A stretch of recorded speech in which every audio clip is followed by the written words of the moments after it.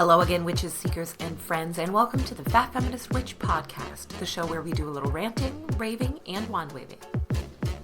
I'm your host, Paige, and together we are going to explore magic and spirituality, social justice, the psychic realm, and most importantly, good omens.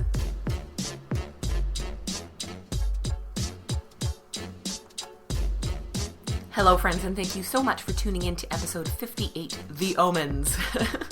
Today we're talking about omens, signs and symbols from the universe, synchronicity, and animal messengers. I've also got a very special Halloween treat since we are only 1 week away. I'm so excited. The word omen has some pretty spooky energy. Omens are thought of as inherently bad. I mean, we use the word ominous when we feel that something bad is about to happen, when it's approaching. We use the word omen itself in the context of the end of the world, or the rapture, or, the rebirth of Satan, It's rarely had a positive meaning. They're rarely good. But omens come to us every day and truly are a very neutral event.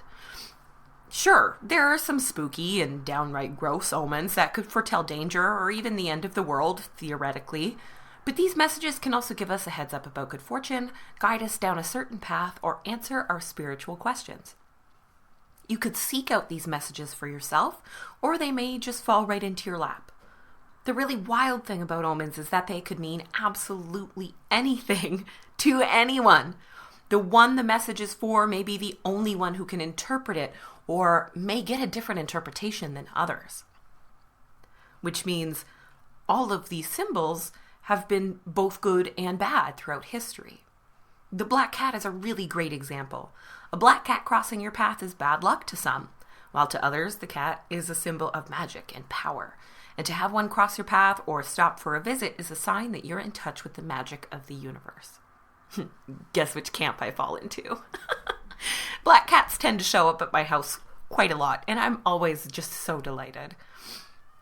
The engine that drives omens is called synchronicity, and in fact I'd say that's the engine that drives a lot of our magical beliefs and practices. This is another term by the late great Carl Jung, the psychologist / mystic / astrology enthusiast that I've been a little bit obsessed with this year.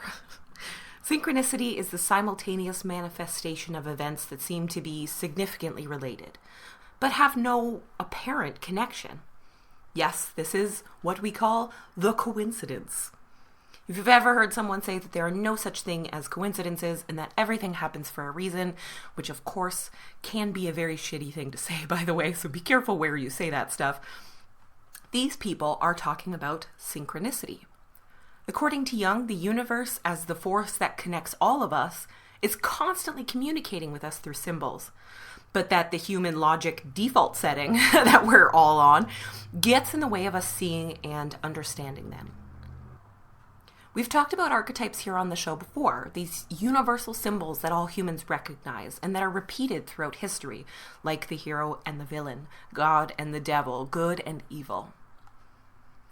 An archetypal constellation is when these symbols link together to form a cohesive message. A tarot reading, for example, is an archetypal constellation. Each card has its own meaning, but when you put them all together, it takes on a new or more fleshed out meaning. So let's say you've got your tarot cards out and you ask about the direction of your relationship going forward and pull 3 cards. First, you get the Empress, a strong and sensual person in touch with their emotions and intuition. Then you get the Ace of Cups, the arrival of a new relationship or a new emotional connection. Finally, you pull the Emperor, the counterpart to our dear Empress. This person is as strong and fair-minded as the other card, but is more in tune with their logic and leadership qualities. Altogether, this sounds a lot like a new relationship with 2 people that are very evenly matched. But what if you're already in a relationship? Maybe it's a new baby, or a third person joining a polyamorous relationship, or even finding something new to connect over. The constellation connects all of these archetypes to deliver a message, but the message still really depends on the person getting it. One of the most famous omens in human history is the appearance of Halley's Comet in the sky every 75 years. Halley has been recorded by humans all over the world since about 467 BCE, very long time ago. In 1066, Halley's flight through our atmosphere was first recorded as a bad omen, foretelling the death of Harold II of England at the Battle of Hastings. Halley was fairly close to the Earth at the time, and it appeared to be about 4 times the size of Venus and almost half as bright as the full moon. So this was very, very visible across the sky. To Harold and his subjects, the comet was a frightening omen, signaling the end of Anglo-Saxon Europe and of his rule. Of course, William the Conqueror, the man who killed Harold and took over the throne, saw Halley as a good omen, a wonderful sign from heaven that he would be victorious. And he was, of course, right. But so was Harold. A monk at the time wrote this about the reappearance of the comet, and I think it's so fantastic. "You've come, have you? You've come, you source of tears to many mothers, you evil, I hate you. It is long since I saw you, but as I see you now, you are much more terrible. For I see you brandishing the downfall of my country, I hate you." Halley is an interesting symbol because it's appeared in our lifetimes. The last time it was around was the year I was born, actually, which I think means it's a very good sign. When it comes to deciphering omens, it's all about perspective and the other points in your constellation. The end of the world is a pretty popular topic of conversation for the universe, apparently, and there are said to be tons of different ways to know if everything is just about to implode on us. This is mainly a Christian belief, and actually it's mainly an American Christian belief. Our old friends from the Salem witch trials, Increase and Cotton Mather, were huge fans of the coming apocalypse or the rapture. And there are tons of signs that lead up to it, like world wars, certain stars or planets aligning, widespread hunger and famine, and discord between all the people of the earth. Which is why, of course, many Christians who hold these beliefs truly believe we are approaching the end. One of my favorite omens of the end times is about the behavior of people. There will be terrible times in the last days. People will be lovers of themselves, lovers of money, boastful, proud, abusive, disobedient to their parents, ungrateful, unholy, without love, unforgiving, slanderous, without self-control, brutal, not lovers of the good, treacherous, rash, conceited, lovers of pleasure rather than lovers of God, and having a form of godliness but denying its power, have nothing to do with them. What I like about that one is that I see so many tenets of modern witchcraft in there. You know, we've got loving yourself, hustling for the abundance, taking back your power, sex positivity, and even atheistic or secular magical practices. So not all the qualities listed in that passage above are positive, of course, but the world and human beings will never be 100% positive. The reason I love this particular description is because to me it's kind of true, but not in the fire and brimstone kind of way. So all over the world, and North America in particular, people are giving up organized religion in favor of atheism or, spiritual but not religious beliefs. So I don't think Christianity will cease to exist in my lifetime or ever really. And I hope it doesn't because it's such a big part of history. But I do see a sharp decline in the belief in Christianity. And this, of course, has caused many problems with organized religion feeling threatened and even starting to fight back. So maybe we are approaching the end times, but of the hold of these dominant faiths, because there are different ones all over the world, the effect that they have on our countries and our governments, maybe we'll actually see the separation of church and state. There are many different ways to interpret an omen. Besides, if you've watched or read Good Omens by Terry Pratchett and Neil Gaiman, you know the world's not really going to end and that there's a second book of the nice and accurate prophecies of Agnes Nutterwitch out there. So don't worry about it. So synchronicity and even omens are already something that has a place in your life or your practice, even if you don't realize it. This force is present in divination, astrology, and even our spell work. When we burn a candle for a certain purpose, we of course know what we're trying to do. We know what our intentions are. But to everyone else, there's no connection between your spell candle burning down to nothing and getting offered that new job. These are things that each happened maybe around the same time, doesn't mean they're connected. Spells can even include the reading of omens specifically. So candles produce smoke and wax and fire and crackling sounds, and all of these different things can be interpreted to tell you the future failure or success of your spell. And actually about that specifically, you can find information about how to read wax and candle smoke and the behavior of your candles in Coventry Magic by Jackie Smith. She's got an entire chapter on what the behavior of your candles means. So that's very interesting. When you're reading cards, a lot of people take a card that randomly pops out while they're shuffling as an omen and give extra consideration to the meaning of that card. Astrology is, absolutely full of this stuff. Astrology and omens go together like peanut butter and jelly, my friends. In ancient Mesoamerica, the appearance of Venus in the sky foretold a period of war and strife. And we often associate this with the appearance of Mars, or even with certain movements of Uranus, as we spoke about earlier this year.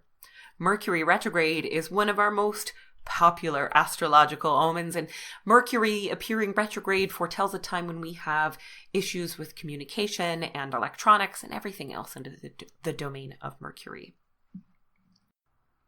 One of the easiest ways to start noticing these messages from the universe are to look for repeating images or elements. So seeing or hearing the same word everywhere all of a sudden, the same tarot card coming up in every reading or in readings right before, very similar events, repeating numbers, which are sometimes called angel numbers, and recurring dreams. So the year I started the podcast, which was 2015, I would definitely say that I had a spiritual awakening that year that I'm pretty sure I'm still quite in the thick of, which is cool. Since then, I started to notice more and more repeating signs and symbols and things that led me down this path that I'm walking. And since hindsight is 2020, I can now actually really see all those repeated messages and, exactly where they led me and how they affected that year or that time period or that event or whatever. So every year I have a word of the year, and this isn't something I purposely choose necessarily. It's something I see and hear everywhere all of a sudden. This came up in my interview with Joanna DeVoe. She mentioned her word of the year was queen, and it might have even been the same year. That's funny. But it's something that just comes up. It sticks in your brain. You start seeing it everywhere, and the theme around that word starts to become very important in your life. This year's word was authenticity. And I heard this word from psychics, like right out of their mouths, in card readings, in books that I was reading for work for the podcast.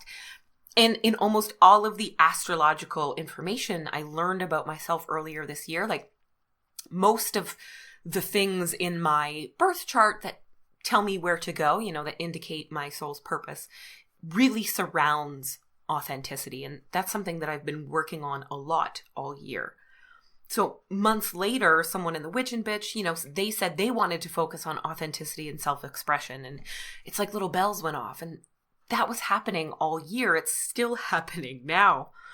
So I've been paying attention to these moments and when the word presents itself and have focused more on the word itself. So I've considered its meaning and, what it means to me. Am I living authentically? Do I actually even know who I am, right? Who am I? Am I showing others the authentic version of myself, or am I hiding that? The topic of understanding authenticity has even been coming up more in my mental health treatment and the things that I'm learning about mental illness. So authenticity ended up being something I had to focus on all year, both spiritually and psychologically. Even if I hadn't embraced it, it still would have come up. But I am glad that I did embrace that because it's been very, very helpful for me. This has been a fantastic year. I also often find that a color will kind of dominate my life for a year. Like it'll just all of a sudden become everything to me. I'll start wearing it every day. I'll want to paint my walls, or I'll go ahead and paint my walls. It'll be something I never liked, whatever. At the beginning of this year, I started to see the color orange everywhere, and I started to kind of seek it out, right? Like I was looking at more orange stones, and I was admiring more things that happened to be full of the color orange and thinking about it. I like orange, I think it's great. And, I like pumpkins and sunsets and what have you. But orange is a color, like I purposely, before this year, I personally believe that orange was the absolute worst color you could put on my body. I have kind of olive tone skin, right? So when I put on the orange, my skin just looks green. So I always avoided it, and I've even complained about it. Like my sister's bridesmaids' dresses were orange, and I've never let it go. And then in the spring this year, I started buying orange clothing, and I'm like, okay, what's going on now? It really started to get my attention that orange was going to be coming into my life, whether I liked it or not. And I've been wearing it all year, and it's been showing up all over the place. The books that arrive in the mail have been overwhelmingly orange, The things that I see on a daily basis, I've seen many more orange flowers, and it's just odd how often it has popped up. Now, in magic, orange is the color of energy and attraction. And this year has been the busiest and most professionally successful of my entire life. I really do feel as though I'm a magnet for increasingly wonderful things. Most of the opportunities I've gotten this year, my work is what attracted these people, but the people were attracted and sought me out. I feel surrounded by this attractive energy, and it's been really great. It's been real nice. In other years, I had other colors. 2015, my color that year was actually like an indigo blue, and that kind of continued for quite some time, and I still find myself very drawn to it. The year that I started going to therapy and started treating my mental health, all year I had been really obsessed with this like very comfortable mustard yellow color, and yellow is the color of happiness. And I really was trying to seek out happiness kind of all over the place. And that year I really did in a big way. So paying attention to the color of the year might be something. If you notice that you're obsessed with a color, especially if it's not like a very super popular color, orange, I guess, was a little popular this year, I think. I haven't bought clothes really since spring, so I don't really know. Also happens to go great with all my black clothes, so that worked out. But pay attention to that. You might not have like a color of the year that pops up a bit more, but other artsy friends I know are like, oh yeah, I'll find myself, just getting really, really into a color and wanting to see it everywhere and wanting to wear it and wanting to just live the orange lifestyle. Orange is the new pink. So I consider these to be omens of the things that some of the topics that I'll be dealing with through the year. Repeating numbers like, 111 or 444, these are called angel numbers sometimes, are a message from the universe from your spirit guides. According to numerology, every number has a meaning, and the meaning is changed or amplified when that number is repeated. We also have a life path number, which may appear a lot through our lives, especially when we really need to get the message. I love seeing repeating numbers on the clock. So, you look over and it just happens to be 222 or 1111, and you make a little wish or you consider a sign of good luck. I think that's really fun. And that could happen multiple times a day, but it often does not. So I will usually make a little wish, like I just hope I have a great day or something specific, but I will pay attention for the next little while to see what comes up and if I need to be paying a little bit more attention to it. Another place I see repeating numbers is in tarot, and this is where numerology kind of comes in. I recently did a tarot reading where I pulled 4 cards, one that represented the person I was reading for, and 3 for different elements of their future. The card representing the person was a 7, a number that usually means solo contemplation and a turn inward. All the cards in the future position were 6s, the number of social service and connection and community. And yes, I laughed at 666. The reading was clear that the path to their future was marked by their connections with others and serving others, supporting charitable efforts, and working with others to get ahead. That also makes me think that the number 6 will appear quite a lot throughout their life, especially if they get off track and the universe, wants to get them focused. There are also stalker cards, so you can have the same tarot card show up in every reading. There are actually spreads designed to use your tarot cards to deduce the meaning of the stalker tarot card. We're desperate. This is a message that is very important, that affects different areas of your life, or that will continue to stand in your way or continue to come up until you deal with it. I've also had cards show up in different readings about very similar things. So every time I've moved and it ended up going bad, the 8 of Wands would show up in a reading beforehand. In the deck that I used the most, which was the World Spirit Tarot, the wands were on fire and they kind of look like fireballs raining down. This isn't a negative card, right? It just means a lot coming at you, so be prepared. But in general, these are all it's like success, right? A lot of stuff. But even now, when I see that card in a reading about moving, I stop and I pay extra attention because this thing is always trying to tell me something that really matters. Over the last 3 years, I've shared a lot about my ongoing journey to better mental health, and I get messages all the time from listeners who are also struggling and looking for someone to talk to. Unfortunately, it can be very difficult to find therapy that is fully accessible, financially or otherwise. That's where BetterHelp comes in. BetterHelp is an online service that can connect you with real licensed counselors who can be available on your schedule and right where you are. With 4 different ways to communicate in a wide range of specialties, there's a good chance you can find someone perfect for you, all without leaving home. Everything is confidential, and if you ever feel like your counselor isn't the right fit for you, you can switch right away. Not only is the service really affordable compared to in-person therapy, they also offer financial aid for those who need it. It's okay to need help. You deserve to get better, and you can start that journey at betterhelp.com/fatfeministwitch and save 10% off your first month. That's betterhelp.com/fatfeministwitch. Nature is a language through which the universe is always talking to us. Weather and nature omens exist everywhere. The arrival of certain animals, wind from a particular direction, or the activity in the sky. Sailors were particularly fond of natural omens like red sky in the morning, sailor take warning, red sky at night, sailor's delight. This was an omen about clear or stormy weather that could, save you from dying in the middle of the ocean. Aeromancy is divination using atmospheric conditions, like observing things like Halley's Comet and wind directions, cloud formations, and storms. Eclipses have often been seen as omens, usually bad. Also, any sort of ring or red tinge to the moon often meant danger or war or that evil spirits were afoot. Animals are also spiritual messengers. The sudden appearance of an animal signals different things depending on the nature of the animal itself. They serve as symbols of different kinds of energy we are manifesting or aligning with in our lives. The appearance of a black dog has always been a symbol of death or destruction. Rabbits are symbols of good luck and fertility, and doves are symbols of peace.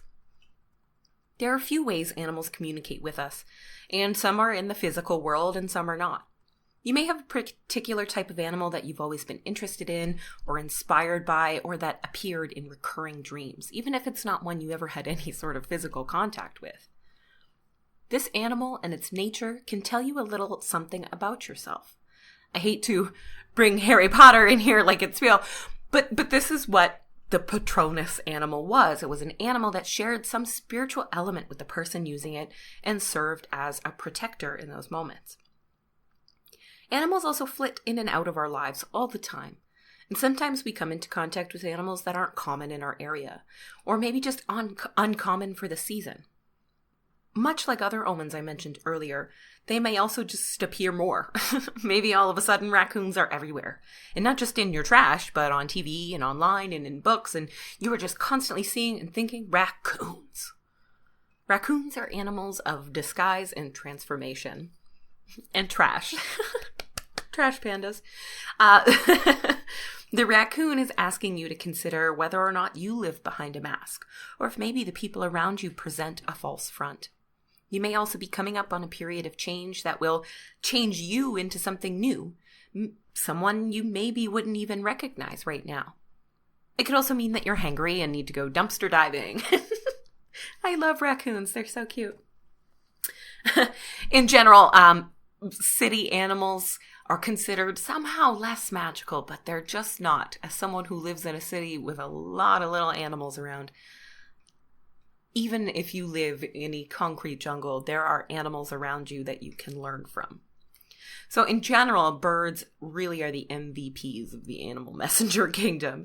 Throughout time, birds and winged creatures have been something like gods, able to leave the earth completely and get closer to the heavens.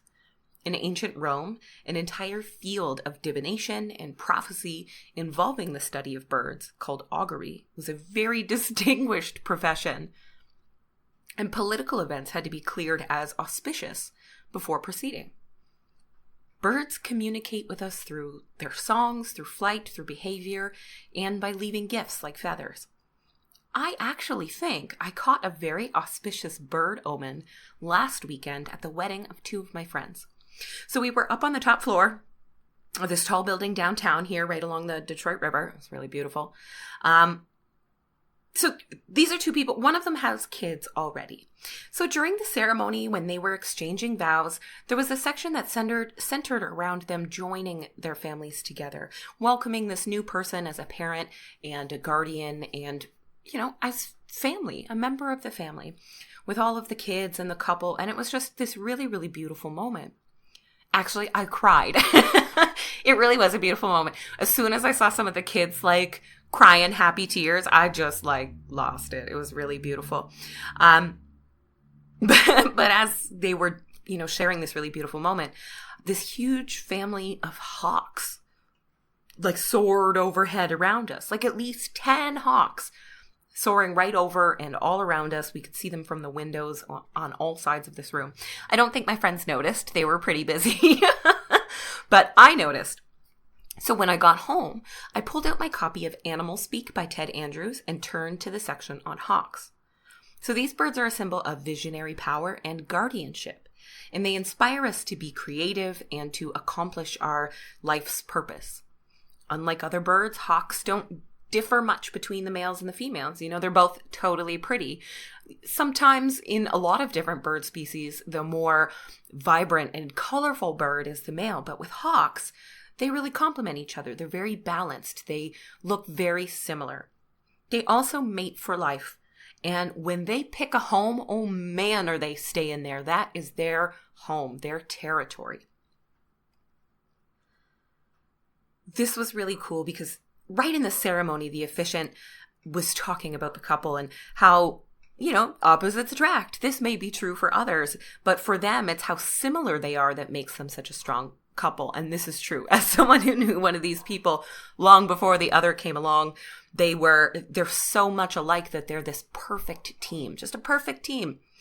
They balance each other out so perfectly.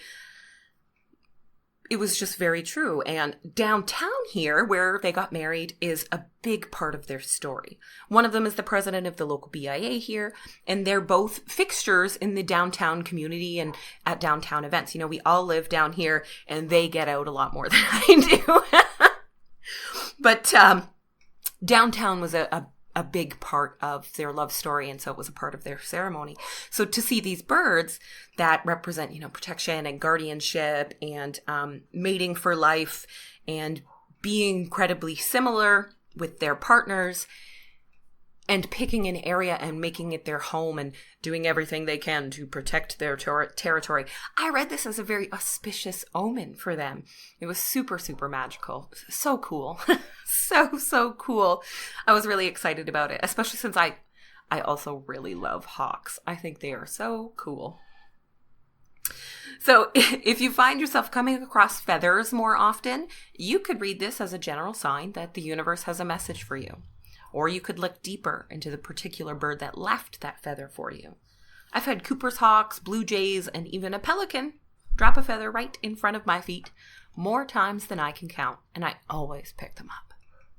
But it is possible that you live in a place where some feathers you're not allowed to keep, just for various reasons. So make sure you always check the laws where you live. Eagle feathers are one that most places in North America you're not supposed to pick up and keep eagle feathers or bits of eagle. Owls suddenly taking up residence in your neighborhood are a sign that you are coming into magical power and wisdom. They were associated with the goddess of wisdom, Athena, in ancient Greece. Especially if owls show up during the day, or if they're a type that is uncommon in your area, pay attention to when they show up and what happens after you hear them or after you see them. What kind of owl are they? Where did they come from? The most famous ominous birds are the members of the corvid family, especially crows and ravens, and my beloved blue jays. They're so irritating, but that's what I love about them. They're these little blue bitches, and I just like them so much. So the raven is a messenger of truth and a harbinger of death. I mean, they have featured in mythology and lore for as long as those ravens have existed. They have this kind of playful trickster energy, but it comes out kind of intense and and a little bit scary. They think they're pulling pranks, but they're very, very intense birds, and they scare us. Their cry is very loud. They're a humongous bird, and the cry was said to be a sign that someone was about to die, especially on the battlefield. In ancient Norse mythology, the god Odin had two ravens named Hugin and Munin, which meant thought and memory, who flew all over the world and delivered the news of life and death to the god. Ravens are incredibly intelligent and can even be taught to speak. So pay attention any time the raven begins to appear in your life. They're symbols of walking the line between the living and the dead, the mundane and the magical, and the light and the darkness. No conversation about the raven and its connection with death can continue without mentioning Edgar Allan Poe. In his famous poem, The Raven, a young person is mourning the loss of his love, Lenore, when he gets a visit from a talking raven, who seems to do nothing but remind him of his anguish. The raven is considered a prophet, devil, trickster, and a symbol of death or of death of the mind. You know, that the narrator is descending into madness over this grief of his lost love.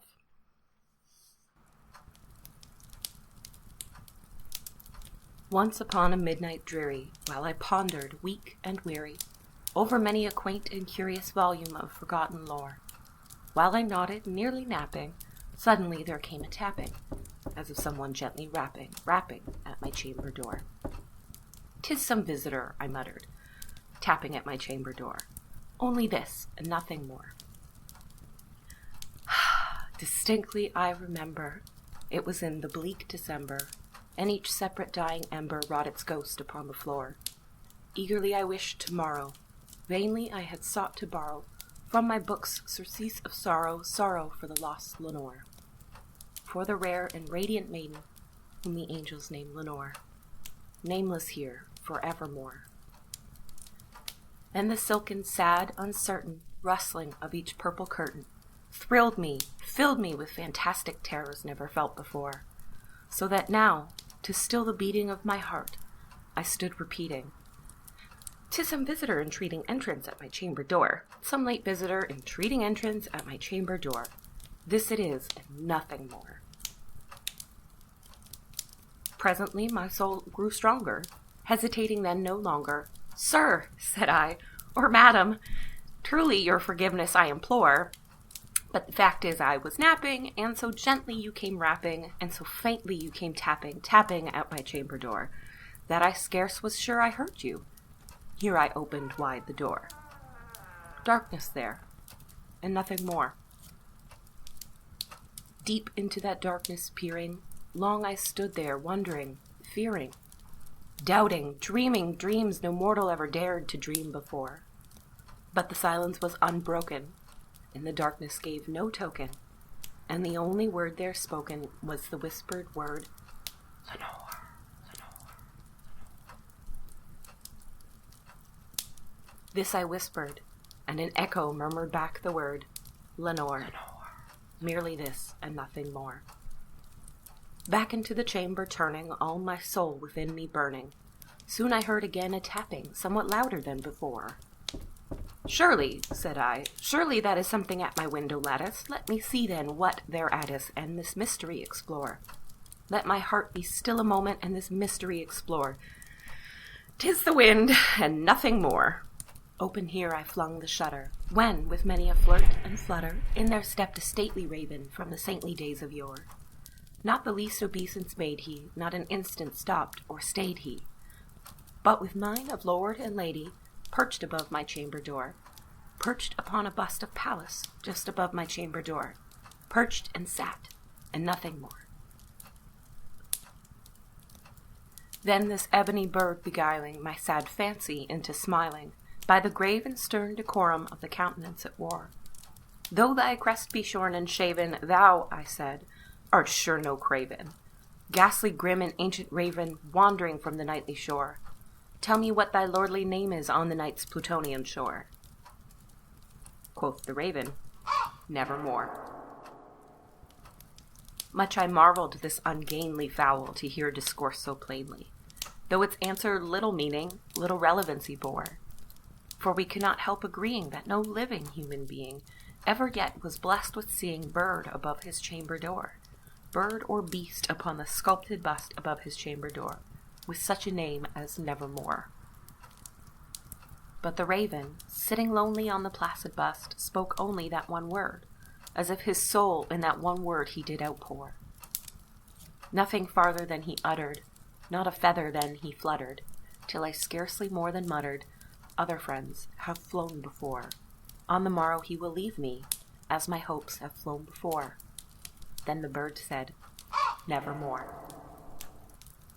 Startled at the stillness broken by reply so aptly spoken, "Doubtless," said I, "what it utters is its only stock and store, caught from some unhappy master, whom unmerciful disaster followed fast and followed faster, till his songs one burden bore, till the dirges of his hope that melancholy burden bore, of nevermore."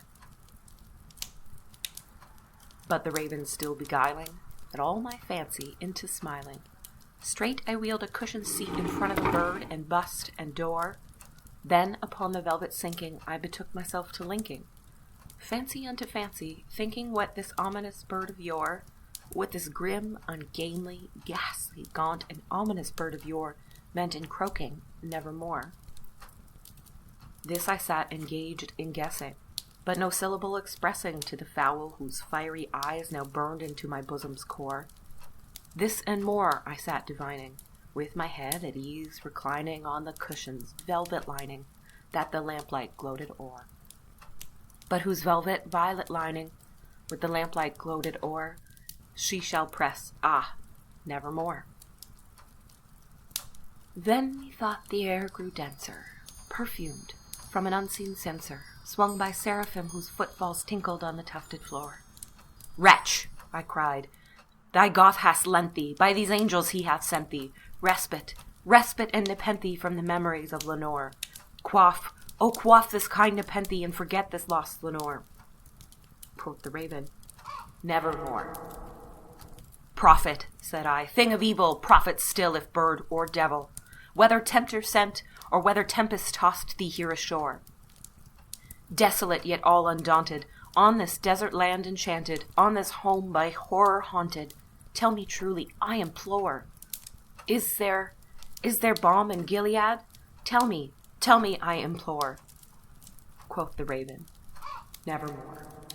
"Prophet," said I, "thing of evil, prophet still, if bird or devil, by that heaven that bends above us, by that God we both adore, tell this soul with sorrow laden, if with distant Aden it shall clasp a Satan maiden, whom the angels name Lenore. Clasp a rare and radiant maiden, whom the angels name Lenore." Quoth the raven, "Nevermore." "Be that word our sign of parting, bird or fiend," I shrieked, upstarting. "Get thee back into the tempest and the night's Plutonian shore. Leave no black plume as a token of that lie that thy soul hath spoken. Leave my loneliness unbroken. Quit the bust above my door. take thy beak from out my heart, and take thy form from off my door. Quoth the raven, nevermore. And the raven, never flitting, still is sitting, on the pallid bust of Pallas just above my chamber door. And his eyes have all the seeming of a demon's that is dreaming, and the lamplight o'er him streaming throws his shadow on the floor. And my soul from out that shadow, that lies floating on the floor, shall be lifted, nevermore.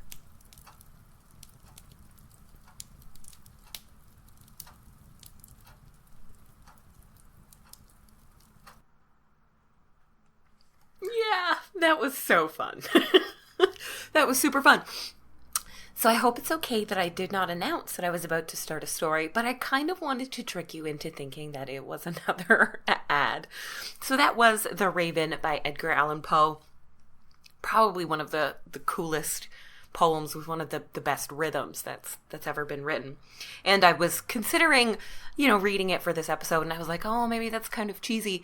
And I wrote it, and I read it, and I literally got chills down my spine, so I knew it would be good. So in The Raven, we see this bird that represents a whole bunch of things to this narrator.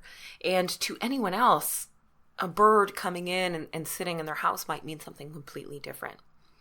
But this portrayal of the raven kind of hits on all of the points where it forces you to face the truth, and he had to face the truth that his love was gone. And it brings messages about death and, his love had died. And it's also kind of frightening. It's frightening, intense energy, even though the raven is not technically doing anything wrong because of their kind of trickster energy. So that is our most ominous bird, our most famous of omens. So thank you all for tuning into this very special episode today. We are getting so close to Halloween, you guys. It's 1 week left. Oh, I am so excited. I am going to be doing a Very Fat Feminist Halloween special, and you can check my social media for more information about that coming up. If you'd like to support the podcast financially, you can do that by going to my website, thefatfeministwitch.com, and clicking Buy Me a Coffee. You can also join my private monthly membership group through Patreon, patreon.com/thefatfeministwitch. It's $10 a month, and you get to join in on live meetups and full moons, and I put up show notes for the shows and things like that. You can also, of course, just share the show with your friends. This really does help, as well as subscribing and liking and giving feedback. All of that stuff really helps me make better episodes in the future.